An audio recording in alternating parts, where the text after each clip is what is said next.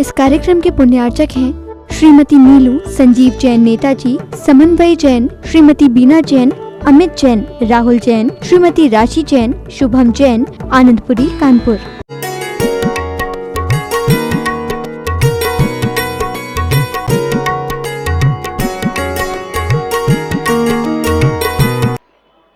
तो वो हमारे पूज्य आचार्य श्री के पास गया और निवेदन किया।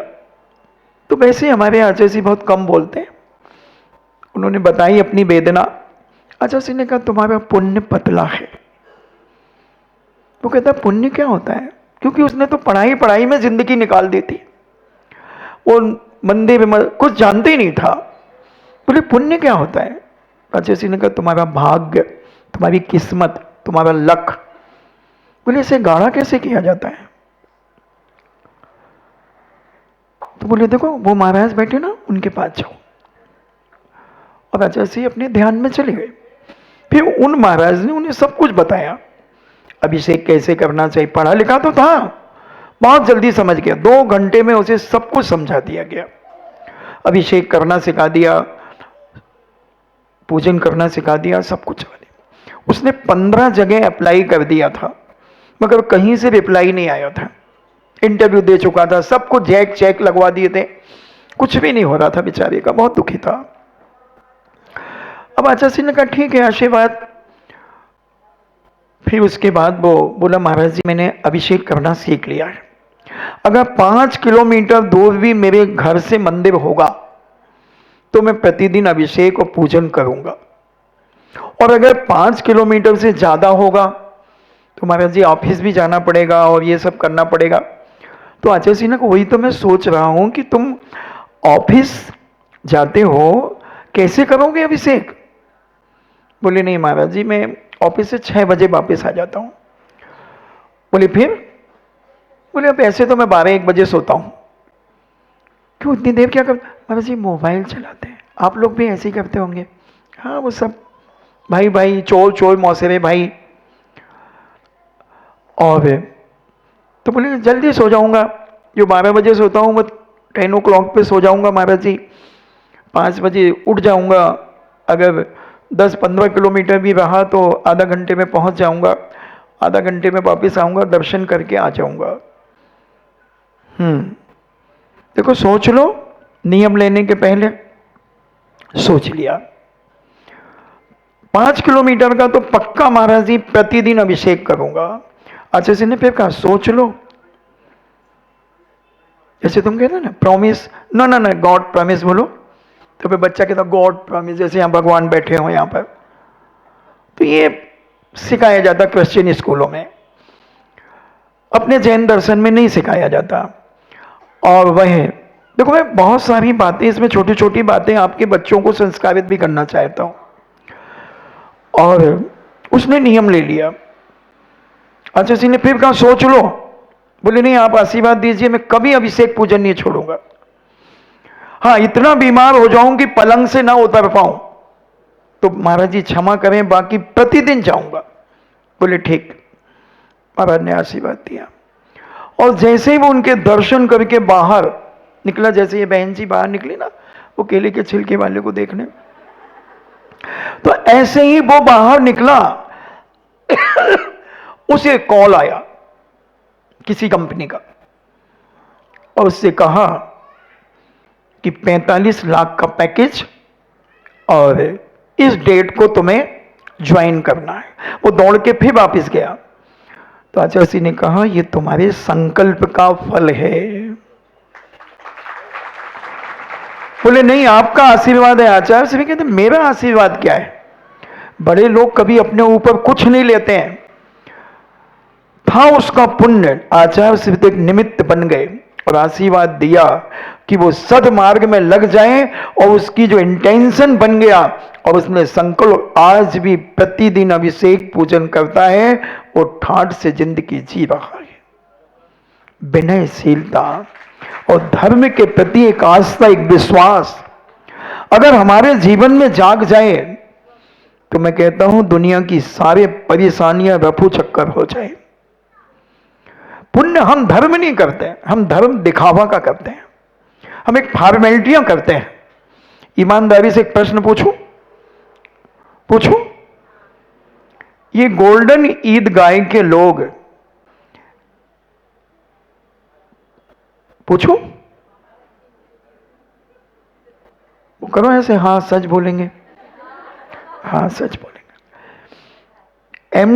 एमडी जैन कॉलेज में चातुर्मास चला, कितने बार गए?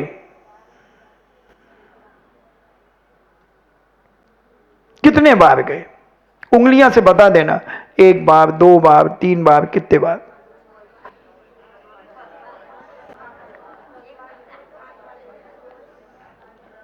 बोलो, बस समझ में आ गया। क्योंकि समझदार व्यक्ति, जो समझदार मां होती है, वो जब चावल पकाती है तो पूरे चावल को नहीं देखती, एक दाने को देख करके चलो आ जाओ चावल पक गया बुला लेती है। मैंने भी देख लिया, ऊपर ऊपर का धर्म आदमी तड़पता है। और सुधा सागर जी महाराज के लिए आदमी, दिल्ली वालों ने जितना लाभ लिया है, फिरोजाबाद वालों ने जितना लाभ लिया है, टूंडला वालों ने जितना लाभ लिया है, वो आगरा वालों ने 0.000-1 लाभ लिया है। क्या तुम्हारी जिंदगी है? ये रोटी, कपड़ा और मकान, जीवन के बस 3 निशान, चड्डी, नाड़ा और गठान, इसी में जिंदगी खराब हो गई। क्या कर लिया तुमने इस चातुर्मास का फायदा? तो क्या फर्क पड़ता है? उनके पास कौन जाता था? अब और पोल पट्टी मत खुलवाओ। अरे मुझे सब मालूम है, सब जानता हूं कितने जाते थे और कितने नहीं जाते थे। जब कोई फंक्शन होता था ना, छूम छनाना ना का, जब जाते थे। जब कोई राग रंग का फंक्शन होता था, जब जाते थे। क्या पाया, क्या खोया? कुछ नहीं मिला।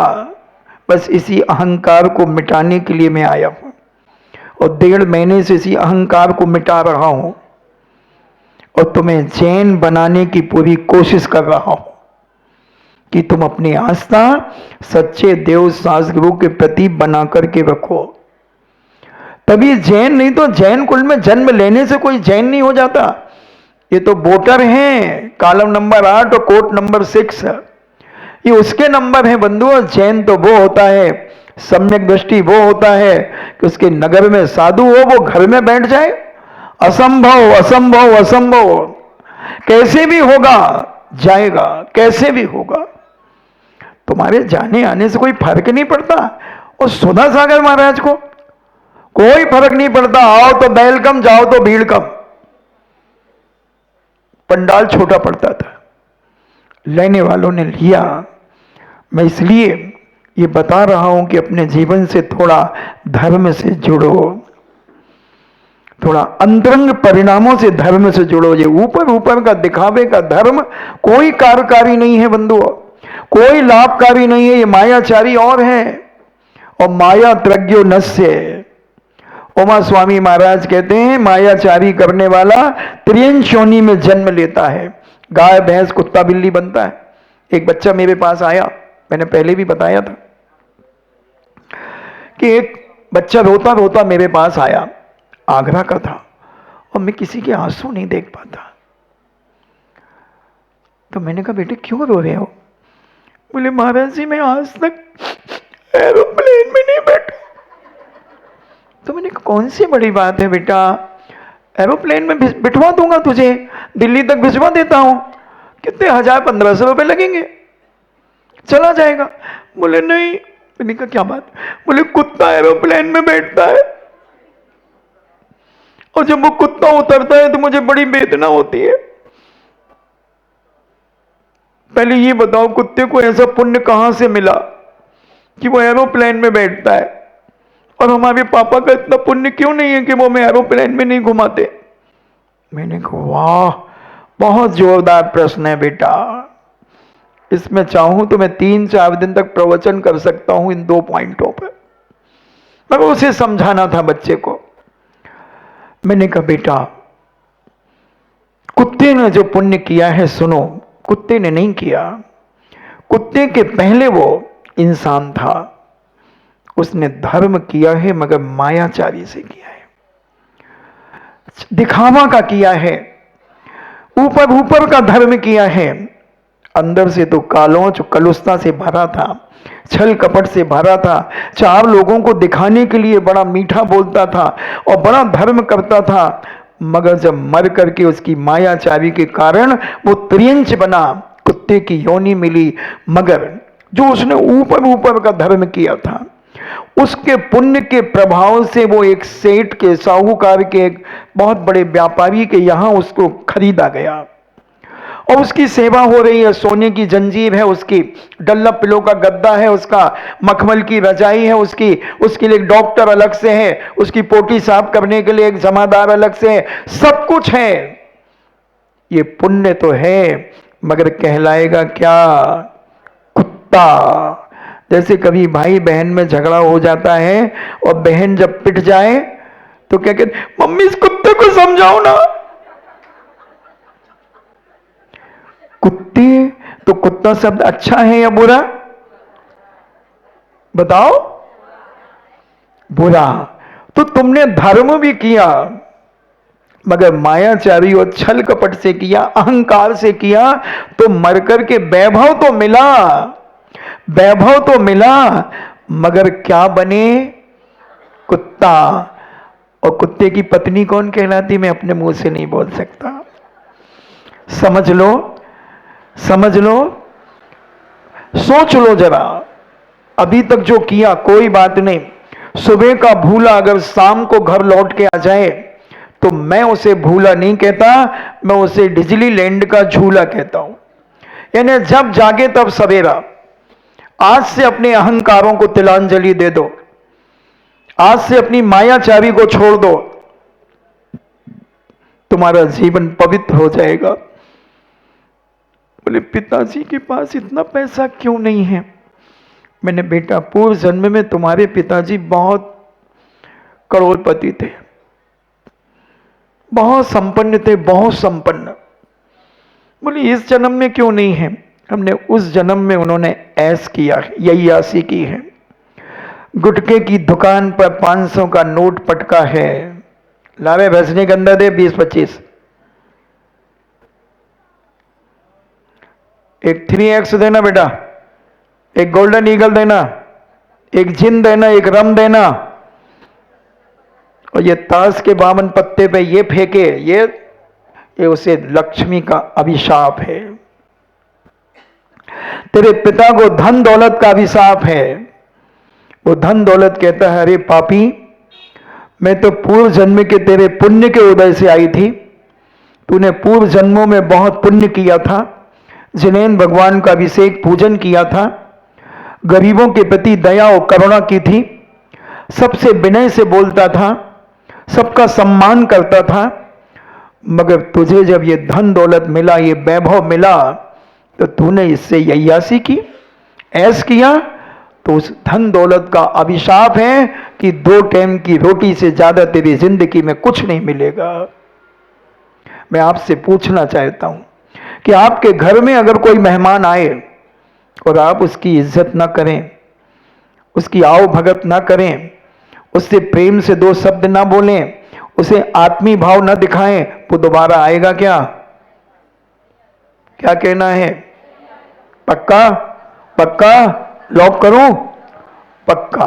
बस इसी प्रकार, इसी प्रकार जो आज अगर वैभव मिला है, धन वैभव मिला है, अगर इसका सदुपयोग नहीं किया गया और ऐस आराम में उड़ाया गया, दुनिया के पाप में हुक्का बार में जाकर के हुक्का पिया गया, किटी पार्टियों में जाकर के गुलछर्रे उड़ाए गए, सब कुछ किया गया, इसी में हमने धर्म समझा, इसी में अपनी ख्याति समझी, इसी में अपना प्रभाव समझा, तो कर्म कहता चिंता मत करो बाबा जी, ये तुमसे नहीं सुधरेंगे, इनकी फाइल रेफर करो।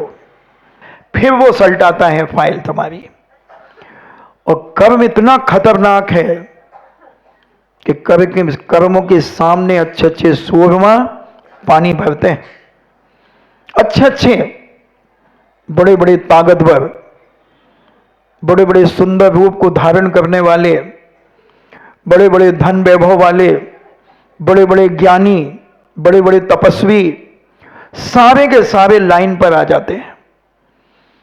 कर्म बड़ा गुंडा दुनिया में कोई नहीं है, और कर्म के बराबर कोई न्यायाधीश कोई नहीं है, और कर्म के बराबर कोई मजिस्ट्रेट नहीं है।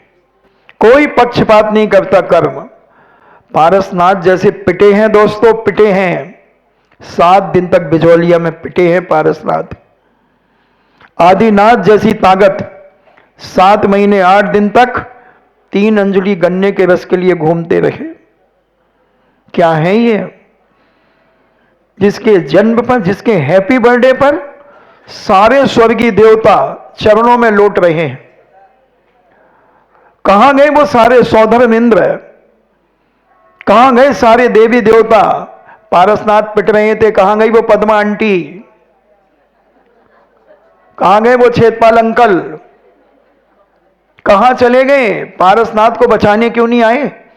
जिनके गर्भ कल्याणक में आए, जन्म कल्याणक में आए, दीक्षा कल्याणक में आए, और संकट के समय सब गोल हो गए। कोई किसी का नहीं, बहन भला ना भैया, सबसे बड़ा रुपया। क्या है? क्या है? सोचना जरा, विचार करना प्रवचनों में। घर जाकर के सोने के पहले एक वीडियो देख लेना 5 मिनट की, प्रवचन की पूरी मन से देखना कि क्या कहा, क्या गलत और क्या सही था, क्या सही था। बंधु, हम पुण्य के उदय में बहुत इतराते हैं। हम आसमान में देखते, हम नीचे देखते ही नहीं हैं। हमारे आचार्य श्री कहते हैं पूज्यवर, दौलत यानी 2 लत, जब धन दौलत बढ़ता है तो वो पीठ में एक लात मारती है तो आदमी ऐसे चलता है, अकड़ के चलता है। और जब दौलत जाती है तो पेट में एक लात मारती, छाती में लात मारती तो वो यूं चलता है। इसलिए दौलत के बीच में चलो, शांति से चलोगे और इज्जतदार बन के जियोगे। विनयशील बनो। अहंकार किसका रहा है? कंस जैसे का, रावण जैसे का अहंकार रहा है। बड़े बड़े गुंडे बदमाशों को देखा है मैंने, मगर मौत कुत्ते के समान होती है बंधुओं। आप सबको मालूम है, आप सबको मालूम है। विचार करें, कुछ झुकना सीखें, कुछ नम्रता लाएं अपने अंदर। ये तीर्थंकर प्रकृति का वंद कराने में कारण है। तीर्थंकर बनाएगी, नहीं तो तीतर बनोगे। तीतर बनना है या तीर्थंकर? महाराज जी तीतर ही बनने दो, अभी तो जी लेने दो, अभी अहंकार कर लेने दो। 2 4 10 को रोज नीचा दिखाते हैं, उनकी बेइज्जती करने में बड़ा मजा आता है। कर लेने दो, कल किसने देखा? आता है मन में अहंकारियों के, आता है।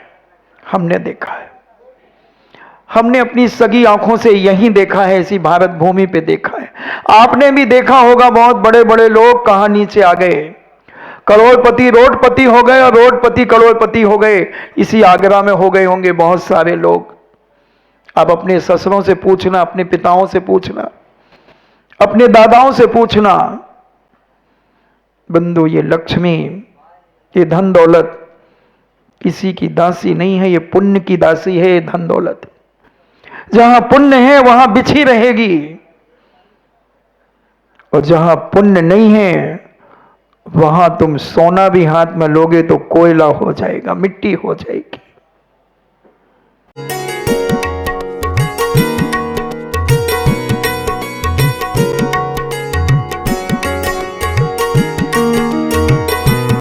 इस कार्यक्रम के पुण्यार्चक थे श्रीमती नीलू संजीव जैन नेताजी, समन्वय जैन श्रीमती बीना जैन, अमित जैन, राहुल जैन, श्रीमती राशि जैन, शुभम जैन, आनंदपुरी कांति।